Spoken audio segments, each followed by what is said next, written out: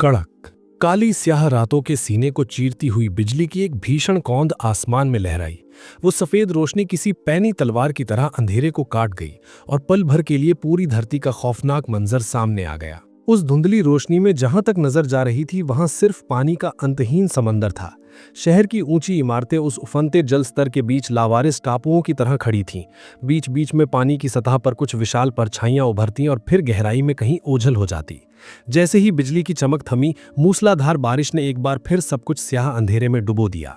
ये नीलगिरी शहर का आधुनिक हाईटेक इलाका था। पिछले 6 महीनों से यहाँ आसमान ने जैसे मौत का तांडव मचा रखा था। लगातार होती इस बारिश ने पूरे शहर को जलमग्न कर दिया था। समुद्र का स्तर इतना बढ़ चुका था कि शहर की छोटी इमारतें और 10 मंजिल तक के घर पूरी तरह पानी के नीचे समा चुके थे। अब केवल वे ही लोग सुरक्षित थे जो 10वीं मंजिल से ऊपर रह रहे थे, और वे भी अपनी आखिरी सांसों के लिए संघर्ष कर रहे थे। मेदू गार्डन सोसाइटी की बिल्डिंग नंबर 66 की 32वीं मंजिल पर खिड़की के पास खड़ा एक युवक बाहर के सन्नाटे को ताक रहा था। उसका नाम आर्यन था। 6 महीने बीत गए। आर्यन ने बुदबुदाते हुए माथे पर बल डाला। उसे आज खुद पर गर्व भी था और अपनी किस्मत पर हैरानी भी कि उसने ये टॉप फ्लोर खरीदा था। जब उसने ये घर लिया था तो छत टपकने और गर्मी जैसी कई समस्याओं के कारण वो बिल्डर और सोसाइटी मैनेजमेंट के चक्कर काट काट कर थक गया था कि उसका घर बदल दिया जाए। उस वक्त किसी ने उसकी नहीं सुनी। अपनी जिंदगी की जमा पूंजी और लाखों का कर्ज लेकर वो इस घर का मालिक बना था, सिर्फ इसलिए कि अपनी प्रेमिका से शादी कर सके। लेकिन इस घर में कदम रखते ही झगड़े शुरू हो गए। उसकी प्रेमिका भारी लोन की किश्तें नहीं भरना चाहती थी। रही सही कसर उसकी मां ने पूरी कर दी, जिन्होंने 30 लाख रुपए के दहेज की मांग रख दी। आर्यन के लिए ये सब बर्दाश्त से बाहर था। उसने तुरंत रिश्ता तोड़ दिया। उसे क्या पता था कि मई में हुआ उसका ये ब्रेकअप उसके लिए वरदान साबित होगा। जून में नीलगिरी शहर में बारिश शुरू हुई और फिर कुदरत ऐसी पागल हुई कि 6 महीने तक थमी ही नहीं। शुरुआत में किसी को अंदाजा नहीं था। लोग इसे सामान्य मानसून समझकर दफ्तर जाते रहे। लेकिन दूसरे महीने तक समुद्र का पानी शहर में घुसने लगा। देखते ही देखते मेदू गार्डन के ग्राउंड फ्लोर और गैराज डूब गए। पहली और दूसरी मंजिल के लोग ऊपर की मंजिलों में शरण मांगने लगे। अफरा तफरी मच गई। खाने पीने की किल्लत शुरू हुई और तभी एक ऐसी खबर आई जिसने दुनिया को हिला कर रख दिया। बाढ़ के पानी में अजीबोगरीब उत्परिवर्तित समुद्री जीव देखे गए थे। यहीं से महाप्रलय के युग की शुरुआत हुई। आज 6 महीने बाद मेदू गार्डन की सीढ़ियों और गलियारों में तंबू लगे थे। ऊपर की मंजिलों वाले लोगों ने अपने दरवाजे मजबूती से बंद कर लिए थे। 2 महीने पहले 9वीं मंजिल के एक परिवार ने कुछ अजनबियों को पनाह दी थी। अगले ही दिन उस पूरे परिवार की लाशें बालकनी पर तैरती मिली थीं। तब से हमदर्दी खत्म हो गई थी और हर कोई सिर्फ अपनी जान बचाने में जुट गया था। आर्यन ने समझदारी दिखाई थी। पहले ही महीने में खतरा भांपकर उसने राशन का भारी स्टॉक जमा कर लिया था। उसने खिड़की पर लकड़ी का आखिरी तख्ता ठोक दिया ताकि कोई ऊपर से रस्सियों के सहारे अंदर न घुस सके। उसने अपनी घड़ी देखी। सुबह के 9:15 बज रहे थे, लेकिन बाहर आधी रात जैसा घना अंधेरा था। पता नहीं ये बारिश कब थमेगी, उसने ठंडी आह भरी। उसे डर था कि अगर जल स्तर और बढ़ा तो उसकी 32वीं मंजिल भी सुरक्षित नहीं रहेगी। धम धम धम, अचानक मुख्य दरवाजे पर जोरदार प्रहार होने लगा। आर्यन का चेहरा सख्त हो गया। उसने तुरंत मेज पर रखी नेल गन यानी कीले ठोकने वाली मशीन उठाई और दरवाजे की ओर लपका। दरवाजे के छेद से उसने देखा कि बाहर 3 अधेड़ उम्र के आदमी खड़े थे। ये 9वीं मंजिल के रहने वाले थे जो कभी सोसाइटी के जॉगिंग ग्रुप का हिस्सा हुआ करते थे। आपदा ने इन सभ्य दिखने वाले पड़ोसियों को दरिंदा बना दिया था। उनका नेता विशाल हाथ में कुल्हाड़ी लिए चिल्ला रहा था, दरवाजा खोल साले, चुपचाप दरवाजा खोल दे। आर्यन ने कोई जवाब नहीं दिया। उसने नेल गन का मुंह ठीक दरवाजे के छेद पर टिकाया और ट्रिगर दबा दिया। ठाएं, एक लोहे की लंबी कील बिजली की रफ्तार से बाहर निकली। बाहर से एक चीख गूंजी। आह मेरी आंख, विशाल चिल्लाया। अबे भागो, इसके पास हथियार है। बाहर भगदड़ मच गई। आर्यन चुपचाप खड़ा रहा। उसने सावधानी बरतते हुए सीधा छेद से नहीं झांका, बल्कि पास पड़े एक छोटे शीशे का इस्तेमाल किया ताकि बाहर का नजारा देख सके। जैसे ही उसने शीशा लगाया, उसने देखा कि एक दूसरा आदमी लोहे की एक पतली रॉड दरवाजे के छेद में घुसाने की कोशिश कर रहा था। आर्यन के रोंगटे खड़े हो गए। अगर उसने अपनी आंख वहां लगाई होती तो वो रॉड उसके दिमाग के पार हो जाती। गुस्से से लाल होकर आर्यन ने फिर से नेल गन चलाई। फटाक। ओह माय गॉड, मेरा हाथ। बाहर से एक और दर्दनाक आवाज आई। आर्यन चिल्ला कर कहा, हरामखोरो, अगर दोबारा मेरे दरवाजे के पास दिखे तो शरीर में इतने छेद कर दूंगा कि गिन नहीं पाओगे। और याद रखना, ये कीलें जंग लगी हुई हैं, टिटनेस से तड़प तड़प कर मरोगे। बाहर खड़े लोग उसे गालियां देने लगे। बच्चू, कब तक अंदर दुबका रहेगा? तेरा राशन खत्म होगा ही, तब तुझे कच्चा चबा जाएंगे। उनके जाने की आहट पाकर आर्यन ने चैन की सांस ली। इस हफ्ते ये चौथी कोशिश थी। अगर उसके पास घर की मरम्मत का सामान और औजार ना होते तो वो अब तक मारा गया होता। वो थका हुआ कदम बढ़ाते हुए बेडरूम की ओर गया। वहां खाली होते डिब्बों को देखकर उसकी चिंता फिर बढ़ गई। राशन खत्म हो रहा था। तभी उसके दिमाग में एक अजीब सी आवाज गूंजी, जैसे कोई डिजिटल संदेश सीधा उसकी चेतना में उतर रहा हो। डिंग। आपने एक उत्परिवर्तित सार्डीन यानी मछली को मारा है। आपको 1 अंक प्राप्त हुआ। सिस्टम सक्रिय हो रहा है। आर्यन पत्थर की मूर्ति की तरह वहीं जम गया। ये क्या था? अध्याय 2 लॉटरी सिस्टम। सिस्टम की उस अचानक आई आवाज ने आर्यन को बुरी तरह चौंका दिया। वो झटके से खड़ा हुआ और पागलों की तरह कमरे के चारों ओर देखने लगा, लेकिन वहां कुछ भी असामान्य नहीं था। कुछ पलों बाद जब उसकी धड़कनें सामान्य हुई तो उसकी आंखों में हैरानी और कौतूहल के भाव तैरने लगे। सिस्टम, उसने फुसफुसाते हुए कहा। अगले ही पल उसकी आंखों के सामने एक अर्धपारदर्शी स्क्रीन उभर आई। मेजबान आर्यन, शारीरिक गठन 0.8, शक्ति 0.9, चपलता 0.8, प्राप्त वस्तुएं कोई नहीं। ये इंटरफेस उसकी दृष्टि के सामने किसी पारदर्शी रोशनी की परत की तरह तैर रहा था। उसने हाथ बढ़ाकर उसे छूने की कोशिश की, लेकिन उसका हाथ हवा में ही रह गया। आर्यन पूरी तरह उलझन में था। क्या मुझे मतिभ्रम हो रहा है? उसने जल्दी से खुद को ऊपर से नीचे तक जांचा, लेकिन सब कुछ ठीक था। वो सिस्टम इंटरफेस अभी भी उसकी नजरों के सामने था। खुद को शांत करने के बाद आर्यन ने अपना पूरा ध्यान उस सिस्टम पर केंद्रित किया। कुछ देर की खोजबीन के बाद उसे समझ आया कि ये एक लॉटरी सिस्टम है जो उसकी शारीरिक क्षमताओं को दर्शाता है और अंकों के बदले उसे वस्तुएं दे सकता है। ये अंक वही होंगे जो मुझे उस मछली को मारने पर मिले थे, उसने अंदाजा लगाया। पर आर्यन को समझ नहीं आ रहा था कि उसने मछली कब मारी। एक बार आजमा कर देखता हूं। धड़कते दिल से आर्यन ने लॉटरी बटन पर क्लिक किया। तुरंत ही उसका 1 अंक गायब हो गया और आंखों के सामने एक बड़ा सा पहिया घूमने लगा। पहिए के अलग अलग खानों में ब्रेड, सॉस और कई तरह की खाद्य सामग्री के चित्र बने थे। पलक झपकते ही पहिया रुका। बधाई हो, आपने लाल मिर्च का अचार की एक बोतल जीती है। आर्यन पहले तो सन्न रह गया, फिर उसकी आंखें फटी की फटी रह गईं जब उसने अपने सिस्टम इन्वेंट्री में अचार की एक बोतल देखी। उसके चेहरे पर खुशी की लहर दौड़ गई। ये सच है, ये वाकई सच है। सिर्फ एक सोच के साथ वो बोतल उसके हाथ में प्रकट हो गई। आर्यन ने कांपते हाथों से ढक्कन खोला। मिर्च और मसालों की तीखी खुशबू ने उसके नथुने छुए, जिससे उसके मुंह में पानी आ गया। उसने बिना देर किए एक उंगली अचार में डुबोई और उसे चखा। वो चटपटा स्वाद चखते ही आर्यन की आंखों में आंसू आ गए। 6 महीने की इस प्रलयकारी बारिश में उसने न जाने कब से असली मसालों का स्वाद नहीं चखा था। बाढ़ में फंसे होने के कारण वो केवल जरूरी राशन पर जिंदा था और उसका स्टॉक भी अब खत्म होने की कगार पर था। ऐसे में ये सिस्टम उसके लिए डूबते को तिनके का सहारा जैसा था। अगर मेरे पास पर्याप्त अंक हों तो मैं और भी खाना पा सकता हूं। लेकिन ये अंक, आर्यन ने माथे पर बल दिया। ये मछली कहां से आई? उत्सुकता में उसने सिस्टम के किल रिकॉर्ड्स चेक किए। आपके द्वारा चलाई गई एक कील गलती से एक उत्परिवर्तित सार्डीन मछली ने निगल ली, जिससे उसकी मृत्यु हो गई। आर्यन दंग रह गया। उसने तो वो नेल गन उन गुंडों पर चलाई थी जो घर में घुसने की कोशिश कर रहे थे, किसी मछली पर नहीं। तभी उसे कुछ याद आया और वो खिड़की की ओर भागा। बाहर घना अंधेरा था। मूसलाधार बारिश पानी की सतह पर गिरकर खोर शरा रही थी। आर्यन ने अपनी टॉर्च जलाई और रोशनी पानी पर डाली। 10वीं मंजिल के ठीक नीचे उसे बहुत सा कबाड़ तैरता दिखा। गद्दे, फोम के बक्से और लकड़ी के फट्टे। ऐसा लगता था कि लोगों ने खिड़कियों से बांधकर काम चलाऊ नावें बनाई थीं। उस कचरे के बीच कई फूली हुई लाशें भी तैर रही थीं। आर्यन ने उन लाशों को गौर से देखा। क्या ऐसा हो सकता है कि जिस आदमी को मैंने जख्मी किया था वो पानी में गिर गया और उसे मछलियों ने खा लिया? उसे अजीब लगा कि उसने अनजाने में एक शिकारी मछली मार दी थी। पर सवाल यह था कि समुद्र में पाई जाने वाली सार्डीन यहां शहर के बीचों बीच कैसे आ गई? क्या समुद्र का पानी गंगा की सहायक नदियों के रास्ते नीलगिरी शहर तक पहुंच गया है? ये सोचकर आर्यन के मन में एक गहरा डर बैठ गया। नीलगिरी शहर की ऊंचाई काफी ज्यादा है। शहर के बीचों बीच बस कुछ ऊंची इमारतें ही बची होंगी। नहीं, शहर के केंद्र में जाना मौत को दावत देना है। अगर पानी बढ़ता रहा तो वो इमारतें भी डूब जाएंगी। पास में और कौन सी ऊंची जगह है? सूर्य पर्वत या नील पर्वत? बाढ़ शुरू होने के समय उसने नक्शे डाउनलोड कर लिए थे, इसलिए उसे इलाके की भौगोलिक स्थिति का पता था। नीलगिरी शहर विंध्य प्रदेश में स्थित था, जहां ऊंचे पहाड़ नहीं थे। सबसे ऊंची चोटी गगन शिखर थी, जो करीब 340 मीटर ऊंची थी, लेकिन वो काफी दूर थी। बाहर के तूफानी मौसम में वहां जाना खुदकुशी जैसा था। इससे भी बड़ी बात यह थी कि बिजली चमकने पर उसने पानी के नीचे विशाल परछाइयां हिलते देखी थी। अगर छोटी मछलियां बदल गई हैं तो बड़े समुद्री जीव कितने खतरनाक होंगे। इन खौफनाक ख्यालों को दबाकर आर्यन किचन की ओर मुड़ा।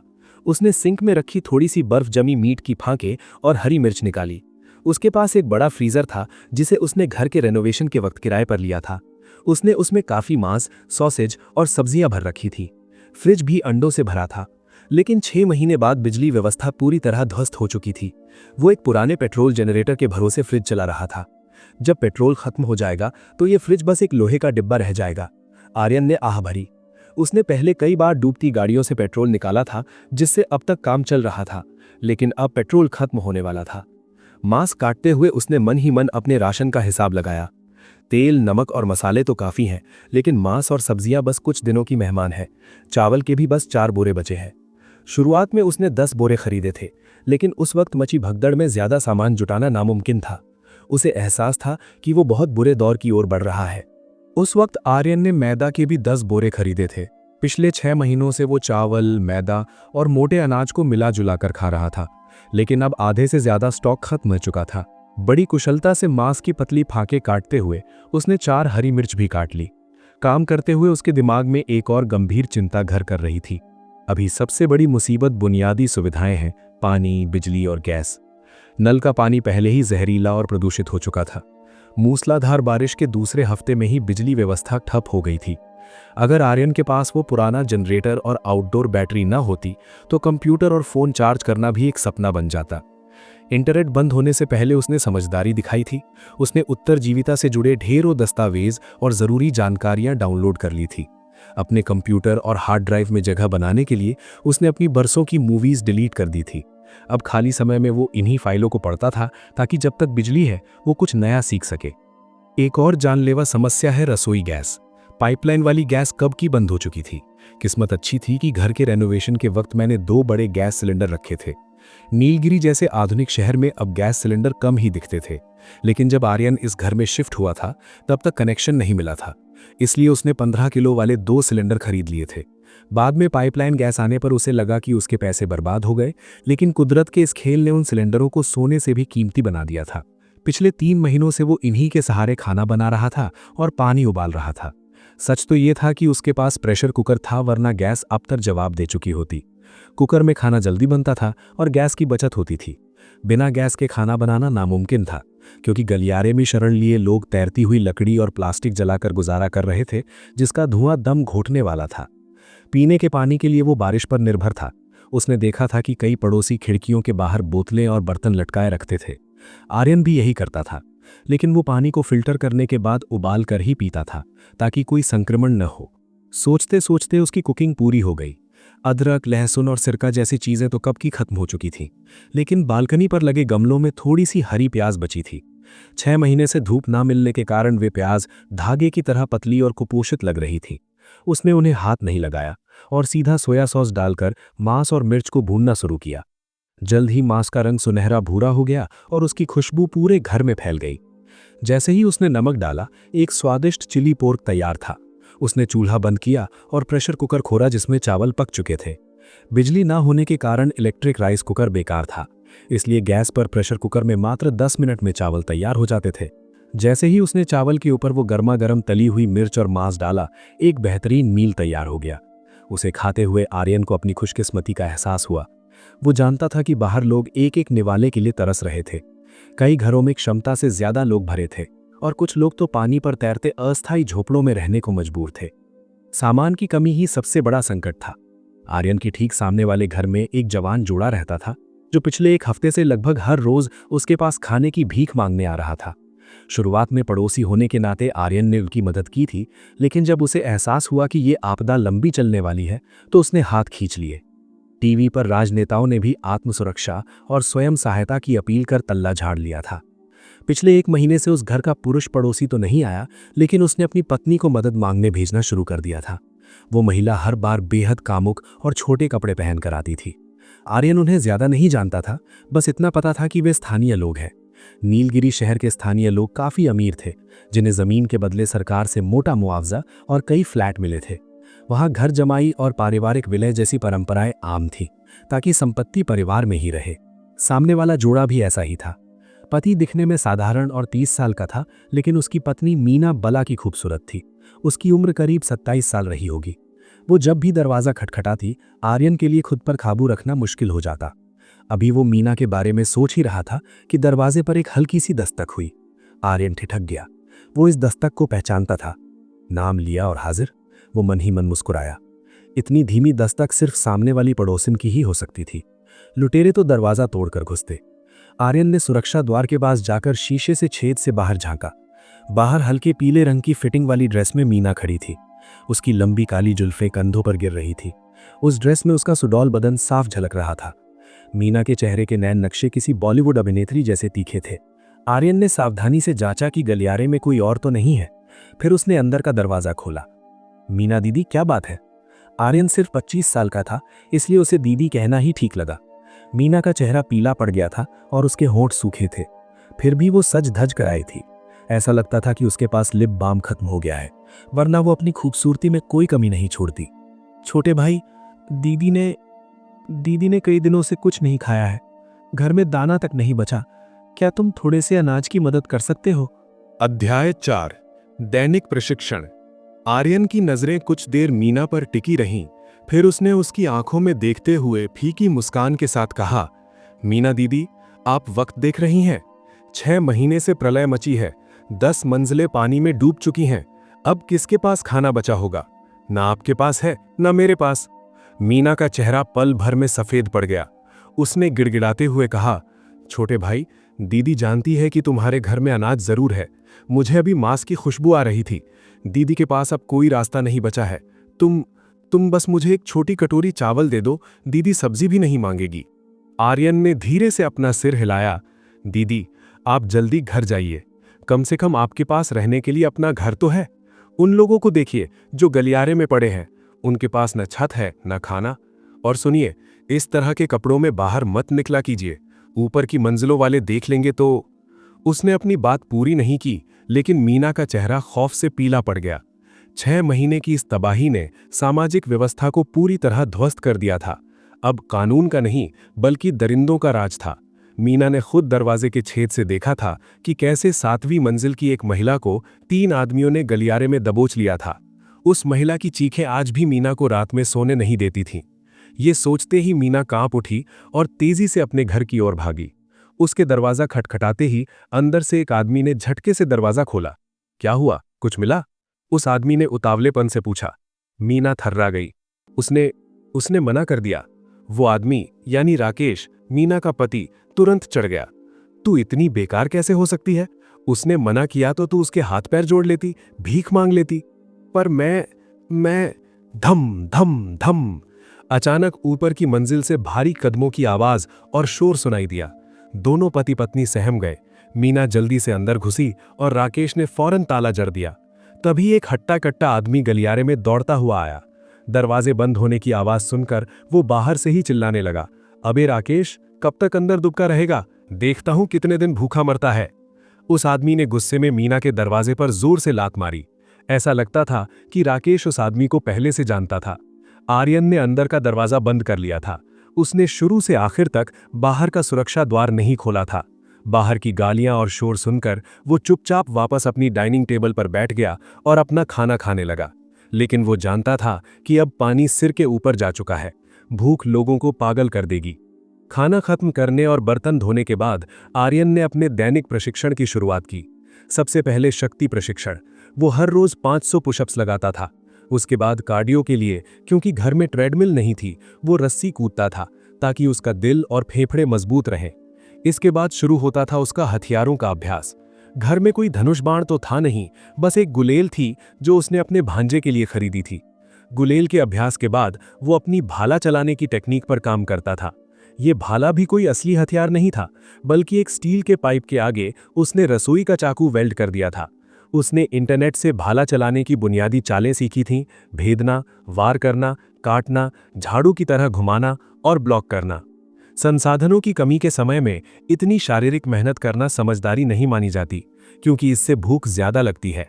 लेकिन आर्यन घर में बैठे बैठे ऊब चुका था। वो बिजली बचाना चाहता था, इसलिए कसरत करके समय काटता था। दूसरा कारण ये था कि हालात और बिगड़ने वाले थे। कल को अगर भूखे पड़ोसी उसके घर पर धावा बोल दें तो उसके पास खुद को बचाने की ताकत होनी चाहिए थी। गुलेल दूर के हमले के लिए थी और भाला आमने सामने की लड़ाई के लिए। उसने पुलअप्स पर भी बहुत ध्यान दिया था। बाहर चारों तरफ पानी था, खड़े होने की जगह नहीं थी। अगर उसे जिंदा रहना था तो उसे ऊंची इमारतों या खंभों पर चढ़ने में माहिर होना था। 6 महीने के इस कड़े अभ्यास का फल अब दिखने लगा था। 10 मीटर की दूरी तक गुलेल से उसका निशाना 90% सटीक था। भाले से वो 2 सेंटीमीटर मोटी लकड़ी के दरवाजे को एक ही बार में भेद सकता था। उसका स्टैमिना भी कमाल का हो गया था। वो अपनी सांस रोकने का अभ्यास करता था और अब वो पूरे 3 मिनट 30 सेकंड तक बिना सांस लिए रह सकता था। एक आम इंसान के लिए यह असंभव जैसा था, लेकिन आर्यन जानता था कि अगर कभी उसे पानी के नीचे तैरकर निकलना पड़ा तो यही क्षमता उसकी जान बचाएगी। दोपहर के करीब 1-2 बज रहे थे। उसने बारिश के पानी को उबालकर उससे स्नान किया। पड़ोसियों को तो वो पानी ऐसे ही इस्तेमाल करते देख चुका था, लेकिन वो कोई जोखिम नहीं लेना चाहता था। नहाने के बाद उसने एक पैकेट इंस्टेंट नूडल्स खाया और आगे की योजना बनाने लगा। आमतौर पर वो दोपहर में रेडियो सुनता था और बिजली के सर्किट की किताबें पढ़ता था, ताकि भविष्य में जनरेटर या छोटे उपकरण ठीक कर सके। लेकिन आज उसका मन पढ़ाई में नहीं था। उसकी आंखों के आगे वो नया लॉटरी सिस्टम घूम रहा था। अब ये सिस्टम ही मेरा जीवन है, मुझे और अंक कमाने होंगे। सिस्टम ने कहा था कि उत्परिवर्तित जीवों को मारने से अंक मिलेंगे। शायद अब घर से बाहर कदम रखकर देखने का वक्त आ गया है। आर्यन ने गहरी सांस ली। पिछले 6 महीनों में वो बहुत कम ही घर से बाहर निकला था। बाहर का माहौल अब बदल चुका था। कई पड़ोसी खूंखार हो गए थे, जो एक निवाले के लिए किसी की जान भी ले सकते थे। कुछ लोग मासूम बनकर दरवाजे खटखटाते और मौका मिलते ही लूटपाट मचा देते। गुंडे और बदमाश अब खुलेआम घूम रहे थे। आर्यन जानता था कि नीलगिरी शहर अब वो खूबसूरत जगह नहीं रही जहां लोग चैन से रहते थे। उसकी 32वीं मंजिल पर हर फ्लोर पर करीब 12 घर थे। पूरी इमारत में 384 फ्लैट थे। अगर आधे भी भरे हों तो कम से कम 200 परिवार यहां अब भी मौत और जिंदगी के बीच झूल रहे थे। कई लोगों ने बाढ़ आने से पहले ही अपनी मंजिलों को खाली कर ऊपर शरण ले ली थी। मौतें सिर्फ बाढ़ से नहीं हुई थीं, बल्कि राशन और कमरों के लिए होने वाली खूनी झड़पों में ज्यादा लोग मारे गए थे। रोज रात को गलियारों में चीखें सुनाई देती थीं। यही वजह थी कि आर्यन में अपनी शारीरिक शक्ति और हथियार चलाने के अभ्यास को कभी नहीं छोड़ा। लेकिन अब सिस्टम की वजह से उसे एक फैसला लेना ही था। उसे बाहर जाकर उन उत्परिवर्तित जीवों का शिकार करना था। बदले हुए जीव, आर्यन बुदबुदाया। उसने खुद को तैयार किया। छाती और पेट के आसपास उसने फोम के गद्दे के टुकड़े बांध लिए, ताकि वो किसी भी नुकीली चीज के वार से बचा रहे, और अगर वो पानी में गिरे तो उसे तैरने में आसानी हो। उसने सिर पर बाइक वाला हेलमेट लगाया, ताकि अंधेरे गलियारे में कोई उसके सिर पर हमला न कर सके। अपनी पीठ पर रस्सियों का एक बंडल बांधकर और हाथ में वो चाकू लगा हुआ देसी भाला लेकर उसने टॉर्च उठाई। उसका पहला मकसद नीचे जाने वाले रास्ते की जांच करना और उन जीवों की तलाश करना था। आर्यन ने दरवाजे के पास खड़े होकर बाहर की आहट ली। सन्नाटा पाकर उसने धीरे से ताला खोला। गलियारे में घना अंधेरा था और हवा में कुछ जलने की गंध आ रही थी। शायद किसी ने कचरा जलाकर खाना पकाया था। उसने टॉर्च नहीं जलाई और दबे पांव सीढ़ियों की ओर बढ़ा। जैसे ही उसने आपातकालीन निकास का दरवाजा खोला, समुद्र की खारी और गीली हवा का एक झोंका उससे टकराया। उसके साथ एक सड़ांध भरी बदबू भी आई। आर्यन ने टॉर्च जलाई। गलियारा कचरे से भरा हुआ था और दीवारों पर काई जम चुकी थी। 2 मंजिलों के बीच के कोने में कूड़े के ढेर के ऊपर एक अस्थायी बिस्तर बना हुआ था। वहां 2 महिलाएं लेटी थीं। टॉर्च की रोशनी पड़ते ही उन्होंने अपनी आंखें ढक लीं। एक महिला हड़बड़ाकर चिल्लाई, मेरा आदमी ज्वाला भाई के साथ है, हमसे दूर रहना। दूसरी महिला खामोश रही और डरकर कोने में दुबक गई। आर्यन ने गौर से देखा, वे दोनों उसे कुछ जानी पहचानी लगीं। बोलने वाली महिला करीब 35 साल की थी, जिसका नाम रत्ना था। दूसरी लड़की मुश्किल से 20 की रही होगी। उसका नाम निशा था। नीलगिरी शहर में ज्वाला भाई यानी ज्वाला सिंह नाम का एक आदमी काफी बदनाम हो चुका था। वो इसी सोसाइटी का पूर्व सिक्योरिटी इंचार्ज था। बाढ़ के बाद उसने अपने कुछ साथियों के साथ मिलकर पास की दुकानों को लूट लिया था और अब इस बिल्डिंग का बेताज बादशाह बना बैठा था। तुम्हारा नाम क्या है? आर्यन ने भारी आवाज में पूछा। रत्ना ने सहमते हुए कहा, भाई मैं 3री मंजिल की किराएदार हूं, रत्ना, और ये निशा है, 4थी मंजिल की मालकिन। निशा, भाई को नमस्ते कर। निशा ने बिना किसी भाव के धीमी आवाज में कहा, नमस्ते भाई। निशा की आंखों में गहरा सदमा था। 6 महीने के अत्याचार ने शायद उसकी आत्मा को तोड़ दिया था। भाई, क्या आप ऊपर वाली मंजिलों से आए हैं? रत्ना घुटनों के बल खिसकते हुए आगे आई। क्या आपके घर में थोड़ी जगह मिलेगी? हमारा घर पानी में डूब गया है। बाहर गलियारे में बहुत ठंड और डर है। आप हमें बस एक कोना दे दीजिए, हम आपके लिए कुछ भी करने को तैयार हैं। मिन्नतें करते हुए रत्ना ने जानबूझकर अपनी चादर थोड़ी खिसका दी। उसकी पतली टी शर्ट के नीचे उसका उभार साफ दिख रहा था। 6 महीने से किसी स्त्री के संपर्क में न आने के कारण आर्यन के शरीर में एक सिहरन दौड़ गई, लेकिन उसका दिमाग सतर्क था। उसने खुद को संभाला और पूछा, ज्वाला सिंह कहाँ रहता है? रत्ना ने सीधा जवाब देने के बजाय आर्यन के करीब आने की कोशिश की। भाई, मैं सच में कुछ भी कर सकती हूँ, आपके घर के काम कर दूंगी, आपके बिस्तर पर, जैसा आप चाहेंगे वैसा, बस थोड़ा सा खाना और छत दे दो। इससे पहले कि वो और करीब आती, आर्यन ने अपना स्टील वाला भाला सीधा उसके चेहरे के सामने तान दिया। उसकी आवाज बर्फ की तरह ठंडी थी। वहीं रुक जाओ, जो पूछा है उसका जवाब दो, वरना अगला पल भारी पड़ेगा। आर्यन ने एक गहरी सांस ली। पिछले 6 महीनों में वो बहुत कम ही घर से बाहर निकला था। बाहर का माहौल अब बदल चुका था। कई पड़ोसी खूंखार हो गए थे, जो एक निवाले के लिए किसी की जान भी ले सकते थे। कुछ लोग मासूम बनकर दरवाजे खटखटाते और मौका मिलते ही लूटपाट मचा देते। गुंडे और बदमाश अब खुलेआम घूम रहे थे। आर्यन जानता था कि नीलगिरी शहर अब वो खूबसूरत जगह नहीं रही जहां लोग चैन से रहते थे। उसकी 32वीं मंजिल पर हर फ्लोर पर करीब 12 घर थे। पूरी इमारत में 384 फ्लैट थे। अगर आधे भी भरे हों तो कम से कम 200 परिवार यहां अब भी मौत और जिंदगी के बीच झूल रहे थे। कई लोगों ने बाढ़ आने से पहले ही अपनी मंजिलों को खाली कर ऊपर शरण ले ली थी। मौतें सिर्फ बाढ़ से नहीं हुई थीं, बल्कि राशन और कमरों के लिए होने वाली खूनी झड़पों में ज्यादा लोग मारे गए थे। रोज रात को गलियारों में चीखें सुनाई देती थीं। यही वजह थी कि आर्यन में अपनी शारीरिक शक्ति और हथियार चलाने के अभ्यास को कभी नहीं छोड़ा। लेकिन अब सिस्टम की वजह से उसे एक फैसला लेना ही था। उसे बाहर जाकर उन उत्परिवर्तित जीवों का शिकार करना था। बदले हुए जीव, आर्यन बुदबुदाया। उसने खुद को तैयार किया। छाती और पेट के आसपास उसने फोम के गद्दे के टुकड़े बांध लिए ताकि वो किसी भी नुकीली चीज के वार से बचा रहे, और अगर वो पानी में गिरे तो उसे तैरने में आसानी हो। उसने सिर पर बाइक वाला हेलमेट लगाया ताकि अंधेरे गलियारे में कोई उसके सिर पर हमला न कर सके। अपनी पीठ पर रस्सियों का एक बंडल बांधकर और हाथ में वो चाकू लगा हुआ देसी भाला लेकर उसने टॉर्च उठाई। उसका पहला मकसद नीचे जाने वाले रास्ते की जांच करना और उन जीवों की तलाश करना था। आर्यन ने दरवाजे के पास खड़े होकर बाहर की आहट ली। सन्नाटा पाकर उसने धीरे से ताला खोला। गलियारे में घना अंधेरा था और हवा में कुछ जलने की गंध आ रही थी। शायद किसी ने कचरा जलाकर खाना पकाया था। उसने टॉर्च नहीं जलाई और दबे पांव सीढ़ियों की ओर बढ़ा। जैसे ही उसने आपातकालीन निकास का दरवाजा खोला, समुद्र की खारी और गीली हवा का एक झोंका उससे टकराया। उसके साथ एक सड़ांध भरी बदबू भी आई। आर्यन ने टॉर्च जलाई। गलियारा कचरे से भरा हुआ था और दीवारों पर काई जम चुकी थी। 2 मंजिलों के बीच के कोने में कूड़े के ढेर के ऊपर एक अस्थायी बिस्तर बना हुआ था। वहां 2 महिलाएं लेटी थीं। टॉर्च की रोशनी पड़ते ही उन्होंने अपनी आंखें ढक लीं। एक महिला हड़बड़ाकर चिल्लाई, मेरा आदमी ज्वाला भाई के साथ है, हमसे दूर रहना। दूसरी महिला खामोश रही और डरकर कोने में दुबक गई। आर्यन ने गौर से देखा, वे दोनों उसे कुछ जानी पहचानी लगी। बोलने वाली महिला करीब 35 साल की थी, जिसका नाम रत्ना था। दूसरी लड़की मुश्किल से 20 की रही होगी। उसका नाम निशा था।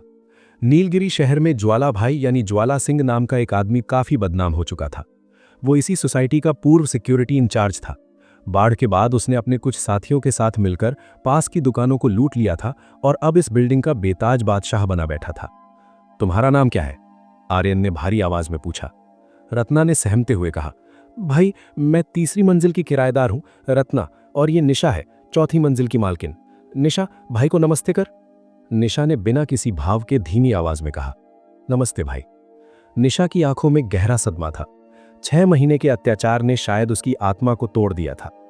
भाई, क्या आप ऊपर वाली मंजिलों से आए हैं? रत्ना घुटनों के बल खिसकते हुए आगे आई। क्या आपके घर में थोड़ी जगह मिलेगी? हमारा घर पानी में डूब गया है। बाहर गलियारे में बहुत ठंड और डर है। आप हमें बस एक कोना दे दीजिए, हम आपके लिए कुछ भी करने को तैयार हैं। मिन्नतें करते हुए रत्ना ने जानबूझकर अपनी चादर थोड़ी खिसका दी। उसकी पतली टी शर्ट के नीचे उसका उभार साफ दिख रहा था। 6 महीने से किसी स्त्री के संपर्क में न आने के कारण आर्यन के शरीर में एक सिहरन दौड़ गई, लेकिन उसका दिमाग सतर्क था। उसने खुद को संभाला और पूछा, ज्वाला सिंह कहाँ रहता है? रत्ना ने सीधा जवाब देने के बजाय आर्यन के करीब आने की कोशिश की। भाई, मैं सच में कुछ भी कर सकती हूँ, आपके घर के काम कर दूंगी, आपके बिस्तर पर, जैसा आप चाहेंगे वैसा, बस थोड़ा सा खाना और छत दे दो। इससे पहले कि वो और करीब आती, आर्यन ने अपना स्टील वाला भाला सीधा उसके चेहरे के सामने तान दिया। उसकी आवाज बर्फ की तरह ठंडी थी। वहीं रुक जाओ, जो पूछा है उसका जवाब दो, वरना अगला पल भारी पड़ेगा।